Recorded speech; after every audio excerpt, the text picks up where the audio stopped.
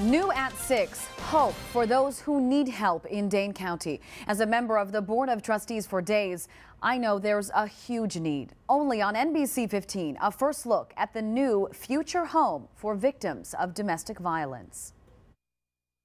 This represents what we currently have. Dais runs the only emergency shelter in Dane County, and with just 6 bedrooms for 25 people and 2 shared bathrooms, it's often full.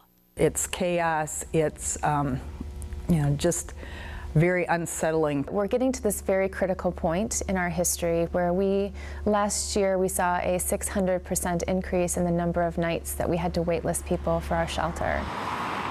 But now, this old abandoned building on Madison's east side will be transformed into this, a new home for victims and their families. I dream about this building.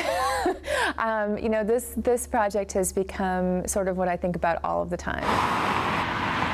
We plan to reuse the front portion of the building for administrative and program space, and then we'll be removing the back half of the building and building a new addition, which will be the residence. The new shelter will have 56 beds grouped in 8-bed suites, 16 bathrooms, and a much larger living space. It'll really give families a sense of privacy and security more than we can offer right now. This is the layout of the building, kind of the interior shot. So this is Fordham Avenue here. We're taking a property that right now is, I think, 99.9% concrete and adding a lot of green space. And since half of the people Dais shelters every year are children, those plans also include a large courtyard and play area. This is really cool. The space will transition so that you have, more early developmental play areas like here. And then, this more kind of flexible space, green space for kids to just have free play. Now, with the land purchased and the plans drawn, the last step is funding this major project. And local companies like M3 are stepping up. I just think it's not only good philanthropy and the right thing to get involved with, it's a really solid business strategy, because sooner or later, if you understand the statistics, somebody at your workplace is going to be affected by domestic violence.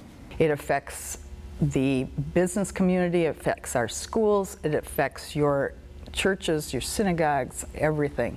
So we need to get people to understand it's here, it needs to be recognized. There is so much excitement and anticipation, and the day that I will be the most excited about is the day that we open the doors. So we certainly are looking for people to help us. The plan is to open the new facility in the next few years once enough money has been raised. If you would like more information on how you can help, log on to our web channel and click on news links. Also, you may notice the location of this new facility is public, not confidential like the current shelter, and there will be increased security.